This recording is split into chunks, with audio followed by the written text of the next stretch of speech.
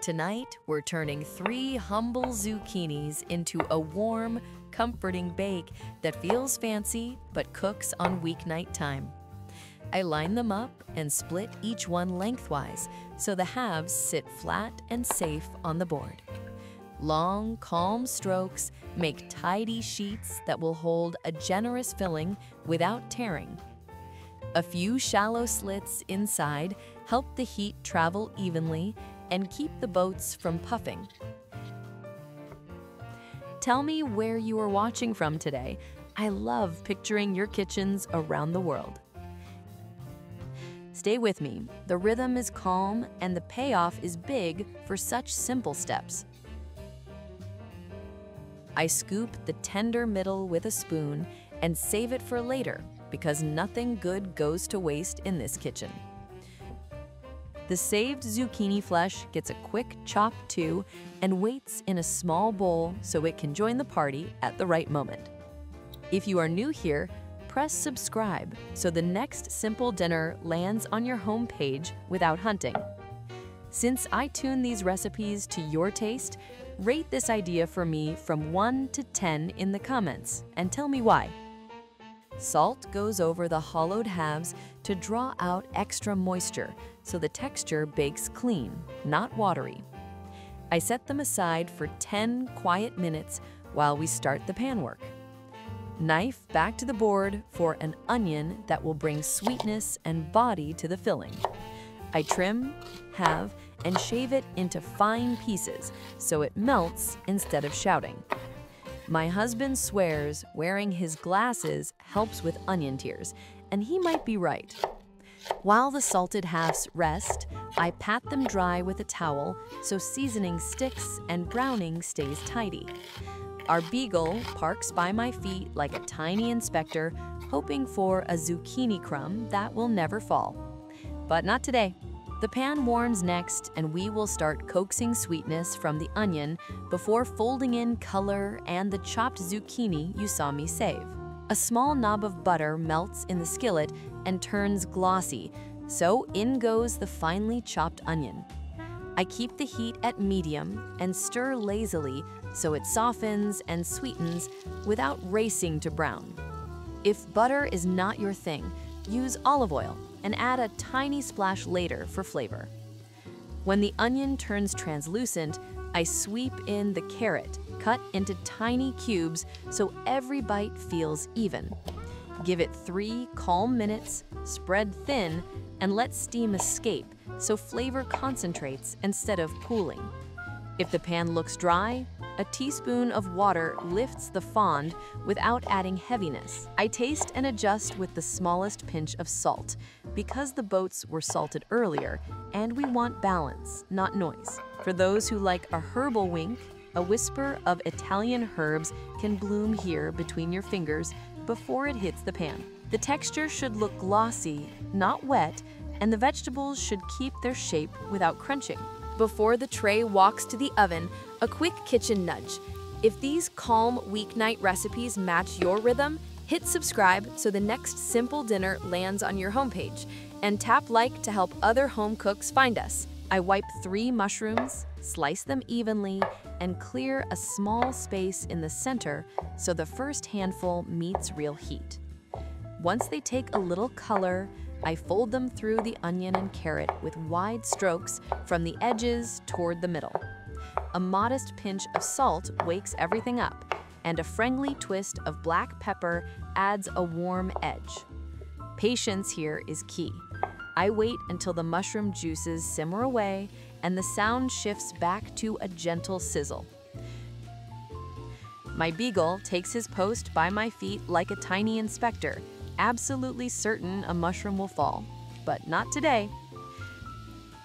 Tell me in the comments which twist you'd try next: apple instead of pear, a pinch of chili, or a different herb blend. Now comes the chopped zucchini flesh we saved earlier, joins the party, and the pan turns cheerful in a second. I stir just enough to mingle, then let it cook a few minutes so the pieces relax and the flavors agree. If you prefer a lighter profile, you can swap half the butter for broth and still keep a cozy finish. I nudge the heat low and give the mix a minute to settle so it hugs the spoon. Breathe with the pan and you will feel when it is ready. Soft edges, friendly shine, no puddles. In the next beat, we will add garlic and season more directly, then move toward that gentle fruit note waiting just off camera that makes these zucchini boats memorable without feeling sweet. Now comes the quiet twist that makes people ask for the recipe. A ripe pear gets peeled, cored, and cut into tiny cubes that match the carrots because even size means even cooking. I drop the pear in and stir just until the edges turn glossy and the sweetness wakes up, without turning into dessert. This little fruit note does what sugar can't do here. It rounds the tomato-free sauce and makes the mushrooms taste deeper. If pears are not your thing, a crisp apple works, or for a low sugar path, use a spoon of finely diced celery for lift without sweetness. Time for the gentle lift. I grate in 2 small cloves of garlic on the fine side so they melt into the vegetables rather than shout. I season in a light rain across the surface, a small pinch of salt to wake what we built, a kind twist of black pepper for warmth, and a pinch of Italian herbs rubbed between my fingers so the oils bloom before they land. The pan hums softly, and the pieces keep their shape, which is our sign to stop before they slump.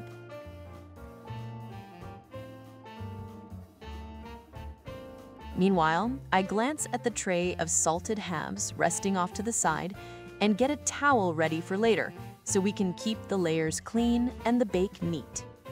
One last slow fold and the filling looks glossy, cooperative, and ready to spoon. In the next beat, we will wake the paprika, check herbs, and get set to bring this warm mixture together with the hollowed zucchini for a tidy, generous stuffing. The zucchini halves have released a little juice, so I pat them dry inside and out. This tiny step keeps the bake clean and the tops from sliding. I taste the filling and give it a warm wink with sweet paprika, then rub a touch more Italian herbs between my fingers so the oils wake as they fall. The glaze clings to the spoon and nothing pools at the bottom, which means we're ready. I bring the tray close and hold each zucchini in my hand like a small boat, spooning the mixture in from tip to tail so every pocket gets a fair share. Pack gently, not tightly. We want the steam to travel through and keep the center tender. If a piece of pear peeks out, I leave it there on purpose, because that tiny sparkle makes the bite memorable. Any extra filling earns a second pass across the boats so no one feels left out at the table. A baking dish gets a thin gloss of olive oil, so the edges lift easily after the melt. I set the stuffed halves inside with a little breathing space between them. Now, cheese. I grate a calm handful on the coarse side for soft threads that melt into gentle blankets, rather than a heavy lid. Then a quick rain on the fine side for that savory sparkle. If you cook dairy light, try a spoon of almond crumbs mixed with nutritional yeast. You keep the golden look and a cozy flavor. I sweep stray shreds off the rim so they don't burn into the edges. A quiet top settles the boats, and I take one more look for evenness. If a short one sneaked in, I give it a little more filling. The tray walks to the middle rack, and the door closes softly. 15 minutes at a steady 200 Celsius will turn the tops glossy and set the centers just right. While the boats bake, I whisk together a cool counterpoint. A spoon of Greek yogurt or sour cream goes into a small bowl for creaminess, and a teaspoon of mayo adds a gentle roundness without stealing the show. I grate a crisp cucumber on the fine side, then squeeze it in my fist over the sink so the sauce stays thick and friendly, not watery. Those green curls fold into the bowl like confetti. Dill joins next, very fine so the flavor spreads rather than landing in one loud spot. One small clove of garlic gets a tidy mince. I press it with salt on the board to make a quick paste that melts into the mix without bite. Everything stirs into a pale green swirl, and I taste with the tip of a spoon. If it wants lift, a squeeze of lemon does wonders. If it wants calm, a drizzle of olive oil brings it back to cozy. I set the bowl in the fridge for a minute so the herbs bloom while the oven finishes its work.